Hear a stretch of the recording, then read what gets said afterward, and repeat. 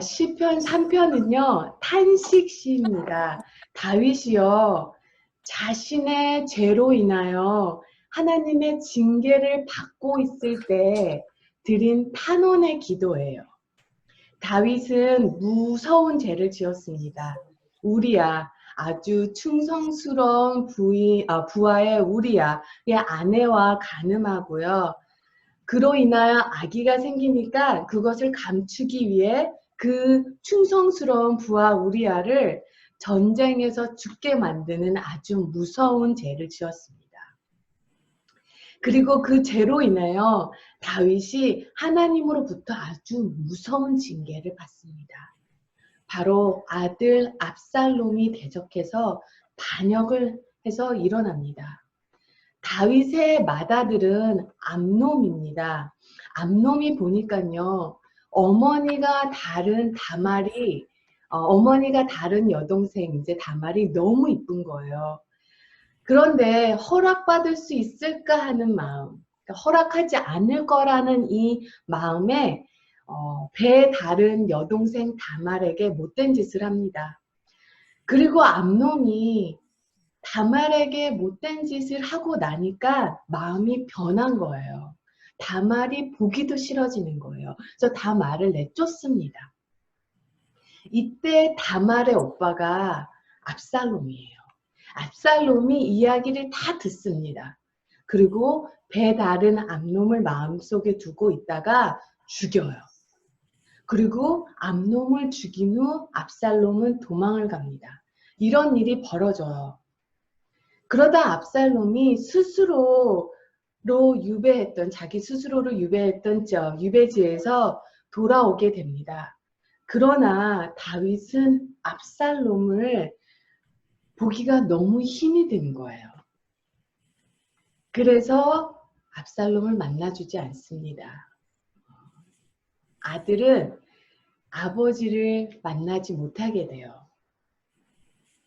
그리고 그 시간 동안 아버지에게 반란을 일으킬 준비를 차곡차곡 하며 드디어 반란을 일으킵니다. 원수도 아니에요. 적도 아닌 바로 자기 자신의 아들이 아버지를 죽이려고, 아버지의 왕권을 빼앗으려고 지금 죽자 살다 달려드는 거예요.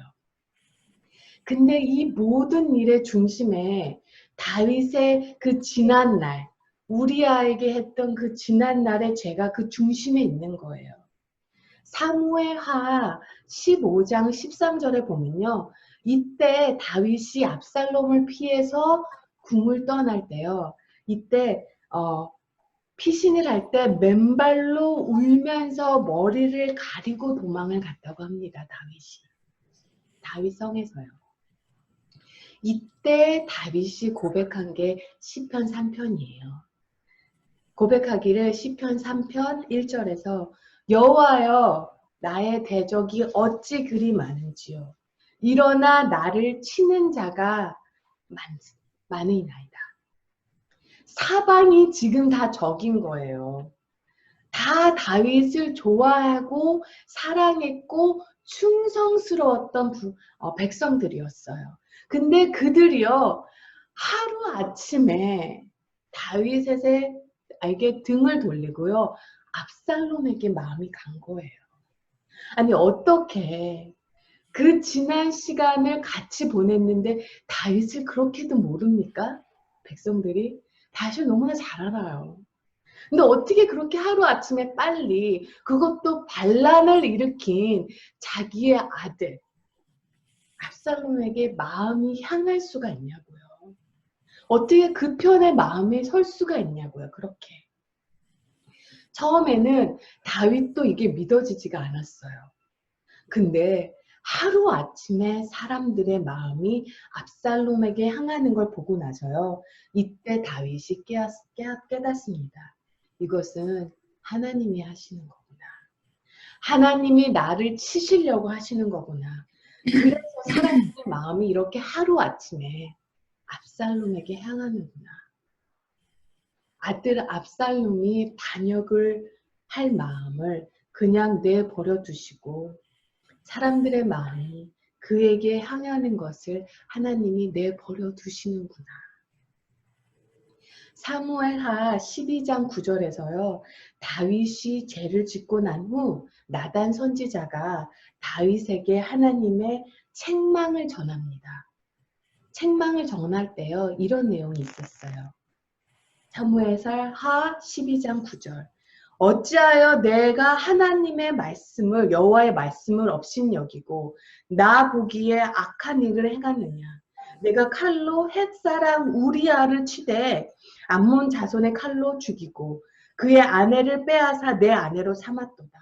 이제 내가 나를 업신여기고 헷사람 우리아의 아내를 빼앗아 내 아내로 삼은즉 칼이 내 집에서 영원토록 떠나지 아니하리라 하셨고 여호와께서 또 이같이 이르시되 보라 내가 너와 내 집에 재앙을 일으키고 내가 내 눈앞에서 내 아내를 빼앗아 내 이웃들에게 주리니 그 사람들이 내 아내들과 더불어 백주에 동침하리라.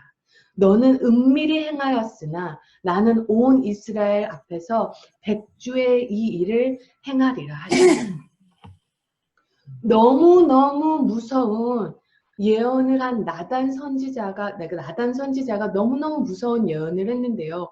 이 일이 지금 일어나고 있는 거예요. 사람들이요, 이 엄청난 일을 일어나는 것을 보면서요, 하나님이 다윗을 버렸구나. 다윗은 이제 끝났구나. 하나님이 다윗을 떠났구나. 그렇게 생각을 했기 때문에 사람들의 마음이 그렇게 하루아침에 빨리 압살롬에게 가버린 거예요.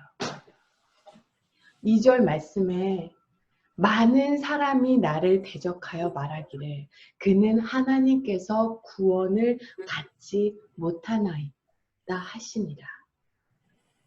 사람들의 이 말이요 다윗의 마음을 얼마나 무너지게 만들었는지. 사람이 살다 보면 억울한 일을 만나기도 하죠. 하지 않았던 말을 했다고 하고요. 하지 않았던 일을 했다고 합니다. 거짓은 진실이 되고요. 진실은 왜곡이 되더라고요. 그리고 사람들은 이 왜곡된 말을 어찌 그리도 잘 넘어가는지. 거짓은 지구 반바퀴를 돌았는데요. 진실은 이제 내 문 앞에 나갑니다. 그래도 제가 겪어보니까요. 억울한 일을 당하는 건 괜찮아요. 하나님이 아시잖아요. 거짓 소문을 낸 사람들이 나쁜 사람들이죠. 나를 넘어뜨리려고 한 사람들의 실체가 언젠가는 드러날 거니까요. 하나님께서 반드시 진리로 인도하실 것이니까요. 진짜 괴로운 것은요. 내가 정말로 무서운 죄를 저질렀는데 이것들이 만천하에 드러나는 거예요. 억울하면요. 어디 가서 하소연이라도 해요. 억울하면요. 하나님께 울부짖을 수도 있어요. 그러면 울부짖으면요. 하나님께서 나의 울부짖음을 들으십니다. 그렇지만 내 죄가 만천하에 드러났을 때는 어디 가서 하소연도 못해요. 꿈도 희망도 다 없어요. 지금 한국의 요즘에 뉴스가 이런 게 지금 많잖아요. 이게 정말 무서운 거예요. 다윗이 지금 이런 일을 당하고 있는 거예요. 자신의 죄로 하나님께 징계받을 때 어떻게 해야 될까요? 그런데 다윗은 자신의 죄가 만백성에게 드러났을 때 3절에 이렇게 고백합니다. 3절 여호와여 주는 나의 방패시오 나의 영광이시오 나의 머리를 드시는 자이시나이다. 내가 나의 목소리로 여호와께 부르짖으니 그의 성산에서 응답하시는도다. 어떻게 보면요. 시편 3편을 이렇게 읽으면요. 어떻게 보면 참 다윗 뻔뻔하다. 좀 황당해요. 지금 다윗은요. 이렇게 하나님께 울부짖을 수 있는 이런 기도를 들을 수 있는 상황이 아니에요. 다윗이 한 게 있잖아요. 다른 건 다 어떻게 넘어간다고 하더라도 여자로서 자기의 딸 다말이요, 가장 아빠가 필요할 때 다윗은 자신이 지은 죄 때문에 딸을 품지를 못해요. 너무나 뻔뻔한 것 같아요. 그런데 여기에서요, 개역 개정 번역은요, 3절에서 시작되는 부분에서 접속사 하나를 생략했어요. 그런데 원어에는요, 그리고 다른 번역본에 보면요, 원어를 따르면요, 여기에 접속사 그러나가 반드시 나와야 돼요. 그러나 여호와는 나의 방패시며, 여기에 반전이 있다는 얘기예요. 다윗은 지금 이런 기도를 드릴 형편이 아니잖아요. 지은 죄가 있는데. 근데 다윗에게요, 갑자기 하나님에 대한 흔들림이 없는 확신이 여기서 등장을 합니다. 이것은 다윗이요, 자신의 죄를 회개하지 않았다는 것이 아니에요. 다윗이 뻔뻔하게 나온다는 것이 아니에요. 사무엘하 15장에 보면요, 다윗이 성을 떠날 때요, 이제 제사장들이 같이 나옵니다. 사독 제사장도 나오고요. 레위 사람들이 언약궤를 들고 다윗을 쫓아가요. 근데 다윗이 말해요. 돌아가라고.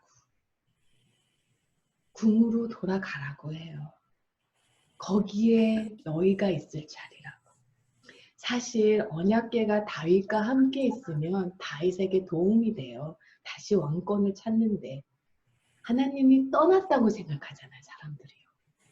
다윗을.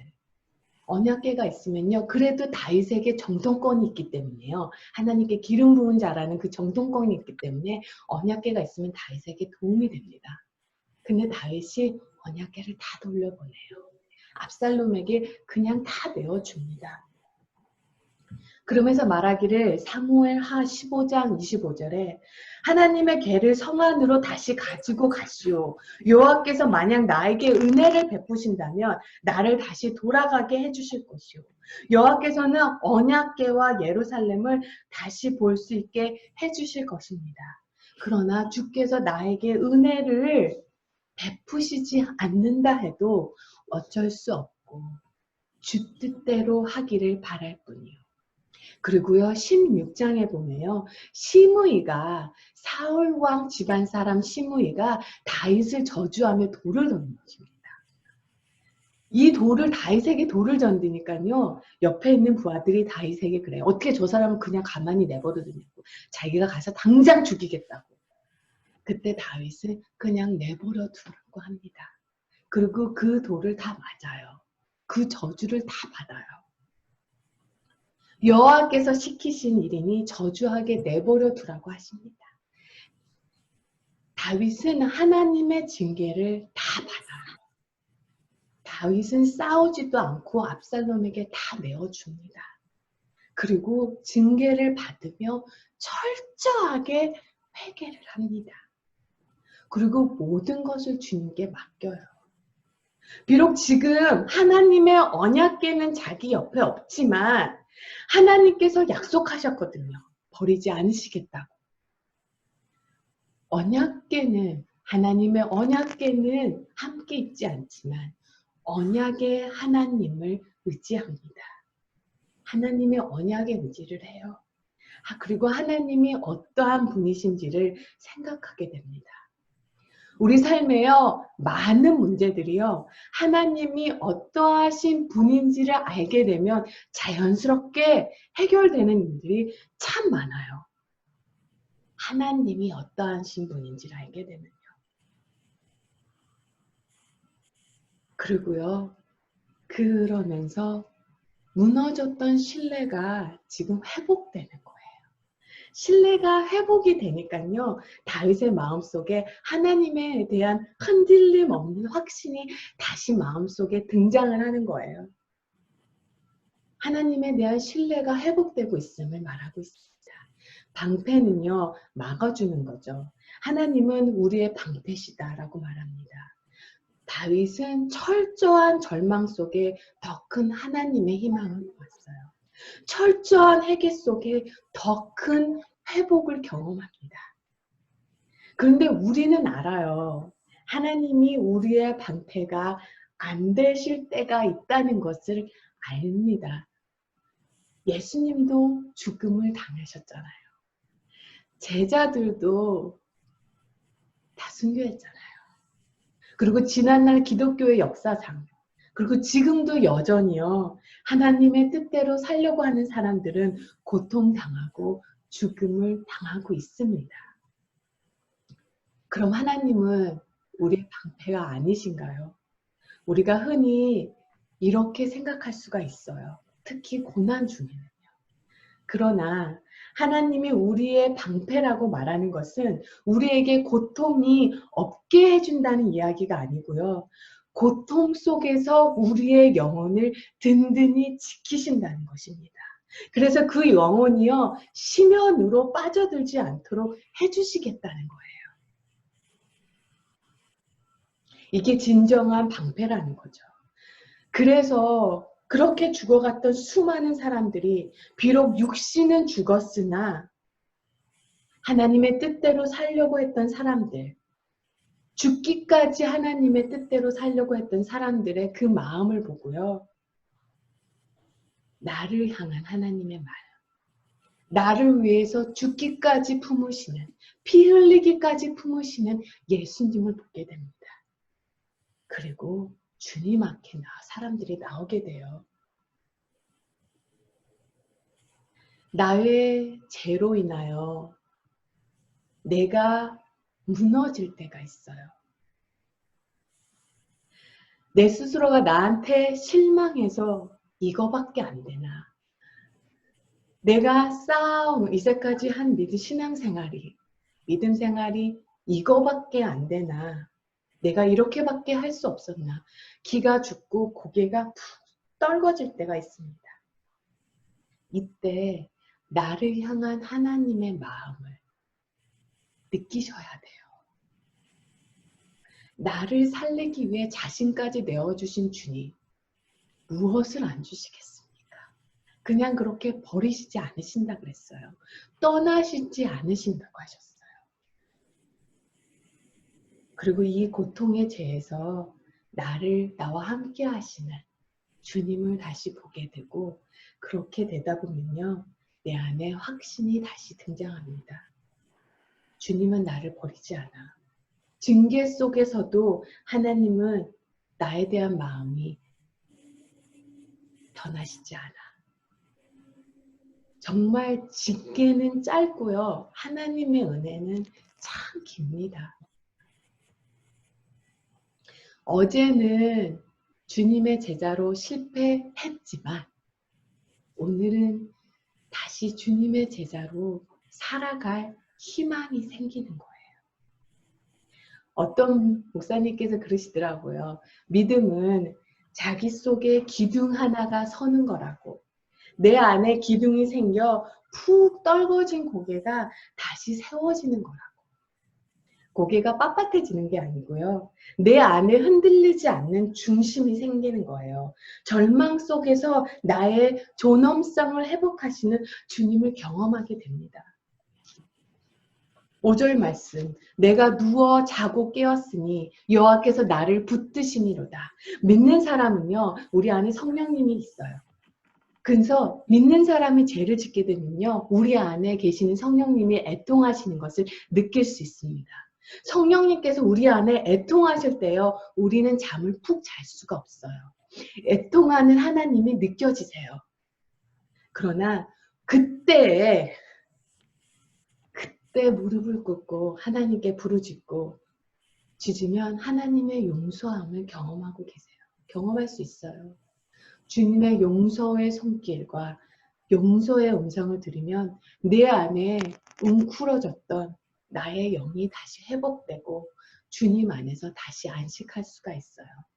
이전에는 괴로워서 전전긍긍했는데 이제는 주님 안에서 편안히 잠이 듭니다. 풍랑 속에서도 예수님은 깊은 잠이 드셨어요. 관원들에게 잡혀 끌려가 내일 사형을 당할 수도 있는 그 바로 직전에도 베드로는요 감옥에서 깊은 잠이 들었어요. 이것이 하나님께 모든 것을 맡긴 자의 든든함입니다. 난 죽어도 괜찮아. 내 영혼이 주님 안에 있는데, 내 영혼이 주님 안에 있고 내가 예수님과 함께 십자가에 죽었는데 이미 죽은 사람은요 죽음이 두렵지 않아요. 6절 천만인이 나를 에워싸진을 친다 하여도 나는 두려워하지 아니하리라. 이것이 영이 든든한 사람의 모습입니다. 이것이 내면이 든든한 사람의 모습이에요. 7절 여호와여 일어나소서 나의 하나님이여 나를 구원하소서 주께서 나의 모든 원수의 뺨을 치시며 악인의 일을 꺾으셨나이다.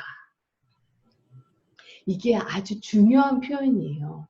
지금 다윗은요 일어나소서로 시작했지만요 끝은 악인의 일을 꺾으셨나이다. 여호와여 일어나소서 이 구절이 뭐냐면요 전쟁터에 나갈 때 언약궤에 두고 이스라엘 백성들이 기도하는 거예요. 여호와여 일어나소서 대신 싸워주소서. 다윗은요 여호와여 일어나소서라고 시작했지만요 끝은요 악인의 일을 꺾으셨나이다 완료 시제로 끝을 냅니다.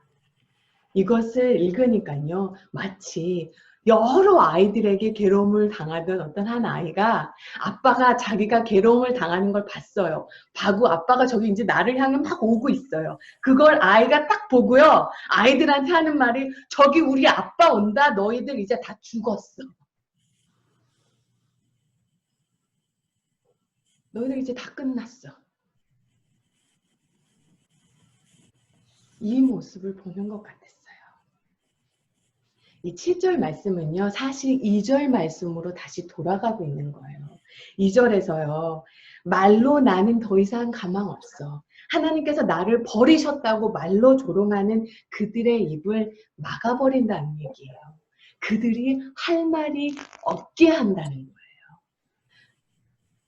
그들이 할 말이 없게 만드는 방법이 뭔가요? 하나님이 다윗과 함께 하신다는 걸 보여주는 거예요. 그래서 실제로요. 백성들의 마음이 하루아침에 다시 다윗에게 돌아오는 일이 일어납니다. 다윗은 자신의 죄로 인해 하나님의 무서운 징계를 받고 있어요. 그러나 철저한 회개 속에서 철저하게 회복하신 하나님을 경험합니다. 저희가요 죄 안에 있을 때요 회개하는 것으로 끝나면 안 돼요. 하나님이 나를 징계하시는구나. 하나님께서 나에게 벌을 주시는구나. 나는 이렇게 이제 끝났구나. 나는 여기가 다인가 보다. 이렇게 끝내시면 안 돼요. 더 깊은 회개로 돌아가서 나를 향한 하나님의 마음을 보셔야 돼요. 그러면 하나님과의 신뢰가 다시 회복됩니다. 신뢰가 회복될 때 하나님의 승리를 경험하고요. 주님은 위대한 주님을 찬양하는 자리로 다시 인도하십니다. 살다 보면요. 탄식할 수밖에 없는 상황이 있지만 하나님에 대한 신뢰가 회복되고 신뢰 속에 살다 보면요. 숙여졌던 내 머리를 다시 들 수가 있습니다. 이것이 영이 든든한 사람입니다. 이 시간 그 크신 하나님의 사랑 3절만 한 번 다시 보고요. 주신 말씀의 은혜를 생각하며 정말 여호와는 나의 방패시오. 나의 영광이시오. 내 고개를 드시는 분이시다. 함께 기도하시고요. 자녀를 위해서 기도하시고 함께 기도하는 시간을 갖겠습니다.